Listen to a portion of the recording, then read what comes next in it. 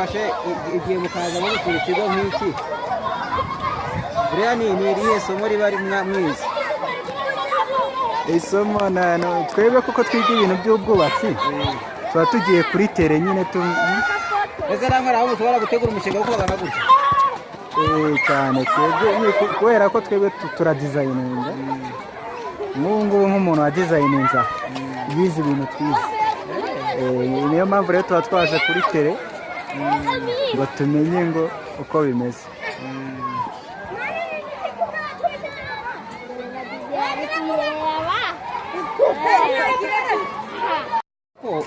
inaba ikintu twari tumenyeye kubaka ni aya matafari asanzwe azi nkarakara cyangwa se aya ngaya ya ruriba cyangwa se ayahiye. aya mabuye ntabwo twari tuyazi. ni abandi bantu se bari bazi kubyubaka?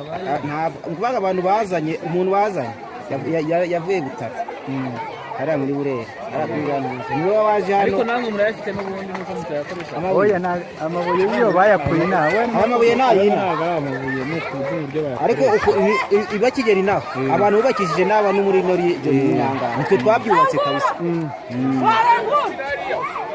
baraje batera ukuntu dufata fire, ukuntu dupima tugapunsa turabikora turubaka. n'ibi byose nibyo twabirangije, nta n'umuntu wavuye kure uretse muri uno murenge wa Gatarama. ni ukuvuga ngo abantu bano nimwe mwabyubatse? nitwe twabyubatse rwose. mwabyubatse igihe kingana iki? byafashe umwaka kuko twamaze igihe kinini cyane, nk'icyumweru cya mbere twabanje kubyiga tukajya tubyiga bigapfa, bakaza bakatukosora ahantu ho muri Kenya, ariko twageze aho turabifata pe.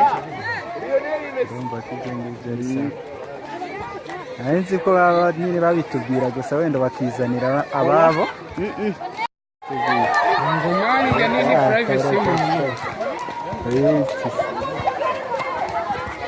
tugende ma sawa.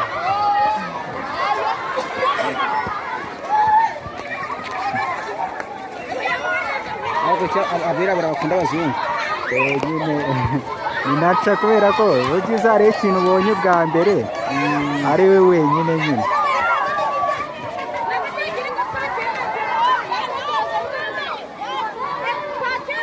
birabitangaje.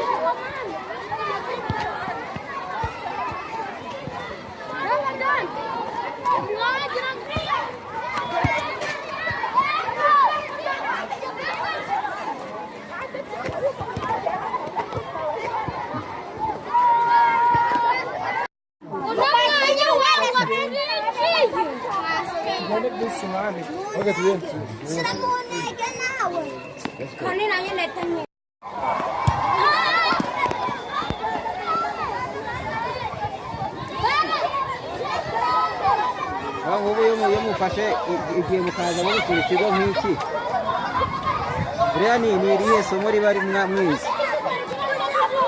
isomo twebwe kuko twiga ibintu by'ubwubatsi tuba tugiye kuri tere nyine ese namwe aho mushobora gutegura umushinga wo kubaka gutya cyane twebwe kubera ko twebwe turadizayininga nk'ubu ngubu nk'umuntu wa dizayininza yize ibintu twize niyo mpamvu rero tuba twaje kuri tere ngo tumenye ngo uko bimeze.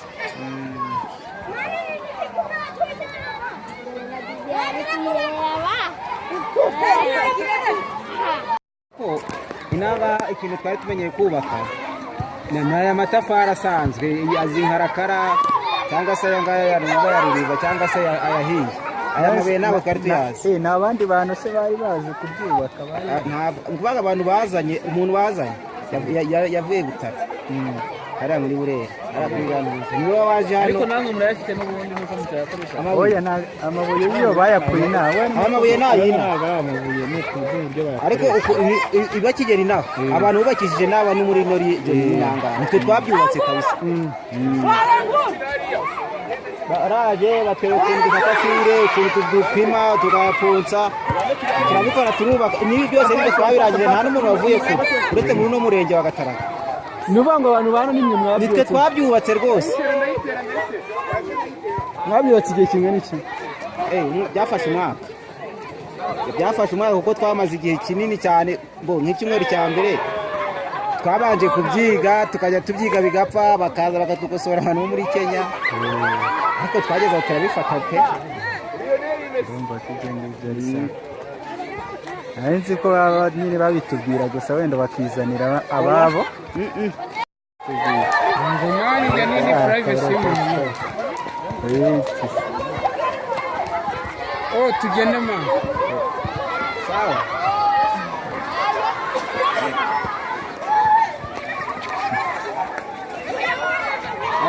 Abirabura bakunda abazungu. Nyine ni naca kubera ko ugize hari ikintu ubonye ubwa mbere ari we wenyine nyine.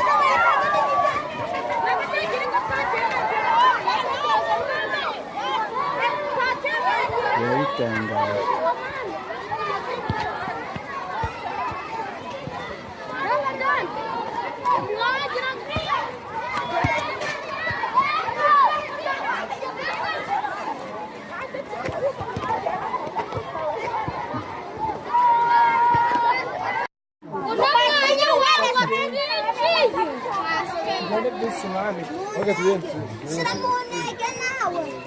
Kanina yule tani.